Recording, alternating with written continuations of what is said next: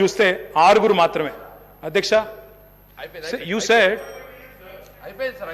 Sir I will conclude in 5 minutes sir, please give me 5 minutes. అధ్యక్ష అప్పుల విషయానికి వస్తే అధ్యక్ష ఆర్బీఐ చెప్పిన లెక్కలే ప్రామాణికం. ఆయన ఇంకోటి సార్ శ్వేతపత్రాలు అంటున్నారు అధ్యక్ష. నేనేమంటున్నా అధ్యక్ష, every year controller and auditor general మీకు ప్రతి సంవత్సరం బట్టి గారు ఉన్నారు, శ్రీధర్ అన్న ఉన్నారు ఇదే హౌస్లో, మీకు ఎవ్రీ ఇయర్ బడ్జెట్లో మీకు బ్రహ్మాండంగా ఇచ్చాము, ఎవ్రీ ఇయర్ ఆడిటెడ్ రిపోర్ట్స్ ఇచ్చాము. అవి కాదా శ్వేతపత్రాలు? కొత్త శ్వేతపత్రాలు ఎడికెళ్ళి వస్తే మీరు కొత్తగా ఏం కనిపెడతారు? ఇంకా నాకు తెలియక అడుగుతా అధ్యక్ష, డిస్కమ్ల రిపోర్ట్లు ఎవ్రీ ఇయర్ ఇచ్చాము, ప్రతి సంస్థ ప్రతి corporation report every year we have tabled year. కాదంటారా చెప్పండి, legislative affairs minister should tell us. అధ్యక్ష ఇది ఏది జరగనట్టు 9 ఏళ్ళు మేమంతా దాచిపెట్టినట్టు మీరేదో బయట పెడుతున్నట్టు వెలికి తీసి అధ్యక్ష మీరు అల్టిమేట్గా చేసేది ఏంటంటే కొండను దవ్వి ఎలుకని పడతారు తప్ప ఏముండదు అలా. కొండను దవ్వి ఎలుకని కూడా పట్టే ఉండదు, ఏమి జరగదు. Sir I'm strictly speaking on the subject. అధ్యక్ష నేను ఒక మాట సహనం ఉండాలా. ప్రతిపక్షాలు మాట్లాడితే ప్రజల తరపున మాట్లాడితే వినే ఓపిక సహనం ఉండాలా. మేము కూడా తక్కువ లేము, మేము 39 మంది ఉన్నాం. మొత్తంగా చూస్తే ప్రతిపక్షంలో 54 మంది ఉన్నాం, మీరు 65 మంది ఉన్నారు. కాబట్టి దయచేసి ఓపిక ఉండాలా, వినాలా.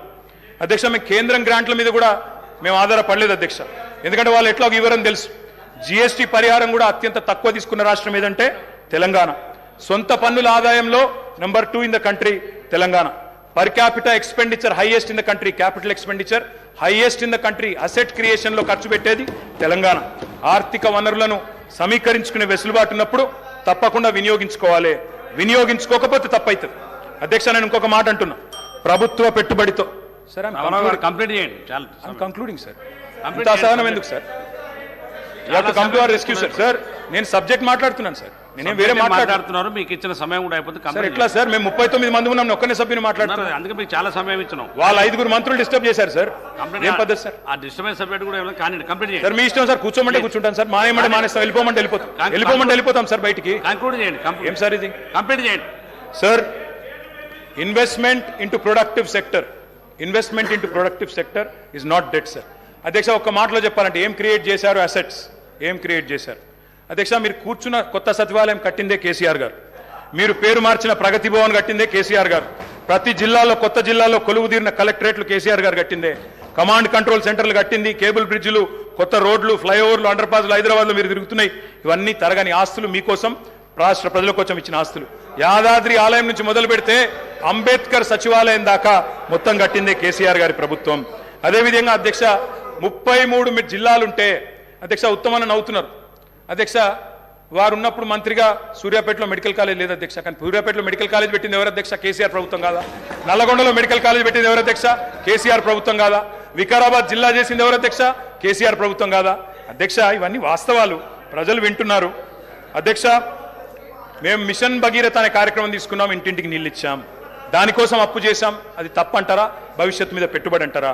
కరువును శాశ్వతంగా తరిమికొట్టే కాళేశ్వరం ప్రాజెక్టు కట్టాం, పాలమూరు రంగారెడ్డి ఎత్తిపోతల పథకం కట్టాం, దానికోసం అప్పు చేశాం, రాష్ట్ర ప్రజల కోసం చేసినాం. అది అప్ప పెట్టుబడా? ప్రజలు ఆలోచించాలా. కొత్తగా మెడికల్ కాలేజీలు, కొత్తగా హాస్పిటళ్లు, అదేవిధంగా జిల్లాలలో హైదరాబాద్లో టిమ్స్, ఇవన్నీ కట్టాం. ఇవి అప్పు చేసి కడితే ప్రజలకు శాశ్వత ఇన్ఫ్రాస్ట్రక్చర్ క్రియేట్ చేస్తే అది తప్ప మంచిదా? ప్రజలు ఆలోచించాలి. 24 గంటల కరెంట్ ఇవ్వడానికి, కరెంటు వెలుగుల కోసం వెలుగు జిలుగులో తెలంగాణ ఉండాలని చెప్పి విద్యుత్ ఉత్పత్తి కేంద్రాలు కట్టాం, దానికి అప్పు చేశాం. క్యాపిటల్ ఎక్స్పెండిచర్ మీద పెట్టాం చెప్ప ఇంకోటి చేయలేదు అధ్యక్ష. ఇంకొక మాట, ఎందుకంటే వారు అక్కడ ఉన్నారు, కేంద్రంలో కూడా వాళ్ళకి పార్లమెంట్ సభ్యులు ఉన్నారు అధ్యక్ష. కేంద్ర ప్రభుత్వం మాత్రం చాలా దుర్మార్గంగా వ్యవహరిస్తుంది. We will also work with you, మేము will come to your rescue, మీతో కలిసి పనిచేస్తాం. కేంద్రంలో ఉండే బీజేపీ ప్రభుత్వం ఈరోజు తన అప్పులు నియంత్రించుకోవడం చేతగాక వారికి అనుకూలంగా మాట్లాడుతున్నా సార్. అదన్న వినండి సార్, కంక్లూడ్ చేస్తున్నా సార్. వారికి అనుకూలంగానే మాట్లాడుతున్నా. అరే కేంద్రం వాళ్ళ మీద కత్తి కడుతుంది, వాళ్ళకి ఇబ్బంది అవుతుందని చెప్తున్నా సార్. నేనేమంటున్నా sir, we'll come to their rescue sir. But అన్న మీకోసమే చెప్తున్నా, మీకు ఇంకా తెలియదు ఆ విషయం. అధ్యక్ష కొత్తగా వచ్చిన సభ్యులు కొంతమంది తొందరపాటులో ఉన్నారు అధ్యక్ష. ఇంకా చెప్పాలంటే ఇంకా చాలా ఉంది అధ్యక్ష, కానీ నేను 2-3 విషయాలు చెప్పి ముగిస్తాను అధ్యక్ష. హెల్త్ గురించి మాట్లాడారు. ఎవరి హయాంలో అధ్యక్ష? నేను బోను బిడ్డో సర్కారు దవాఖానకని పాటలు రాసింది మీ హయాంలో కాదా? ఇవాళ తెలంగాణ ప్రభుత్వం వచ్చిన తర్వాత ఎక్కడి నుంచి ఎక్కడికి వచ్చినాం అధ్యక్ష? 10 ఏళ్లలో ఏమేం చేసినాం అధ్యక్ష?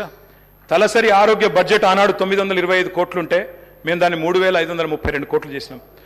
ఆసుపత్రి పడకలు ఆనాడు 17,000 ఉంటే మా ప్రభుత్వం వచ్చిన తర్వాత 34,000 చేసినాం. ఆక్సిజన్ పడకలు 1400 ఉంటే మొత్తం 100% బెడ్స్కి 34,000 బెడ్స్కి పూర్తి స్థాయిలో ఆక్సిజన్ అందజేసినాం. మొత్తం ఆనాడు 2014 వరకు